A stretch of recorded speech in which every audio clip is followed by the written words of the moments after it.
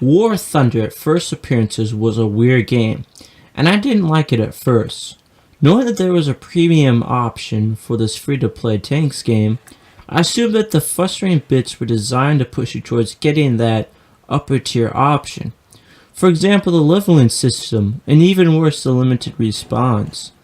But alas, I learned that this game wanted to be an authentic, or dare I say realistic experience. Even in arcade mode, there are no health bars, simply a graph showing your vehicle's crew.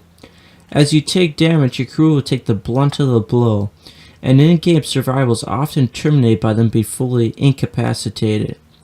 The game employs semi-realistic physics to coincide with these variables. Hit a villain head-on too fast, you could knock out your crew.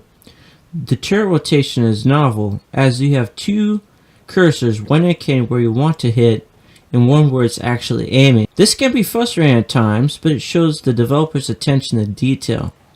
All the stats of the tank are shown in its BIOS, and they often come into play, especially the position of the shells in the fuel.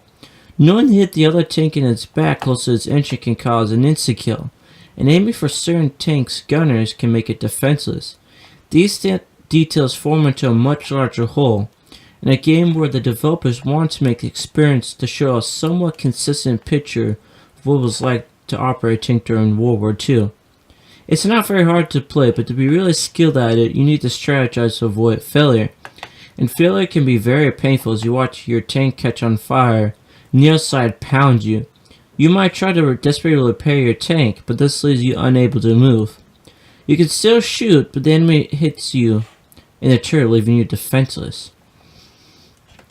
After a pause, your tank is engulfed in flames and the enemy pushes forward.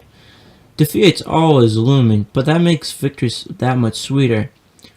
Carefully taking out 3 tanks in a row makes you feel unstoppable, and you're given a chance to command a bomber and rain down destruction on your enemies. And while this can happen at any moment, a weaker tank can get lucky and pretty much insta-kill you. If you haven't figured it out, I've really enjoyed this game so far and how it uses its mechanics to be an authentic World War II game. I've had other issues with it, like the 27 forms of currency to use update tanks, and how some cool historical vehicles' weaknesses make them pretty much the same as some of the lesser known vehicles. But overall, it's been an interesting experience.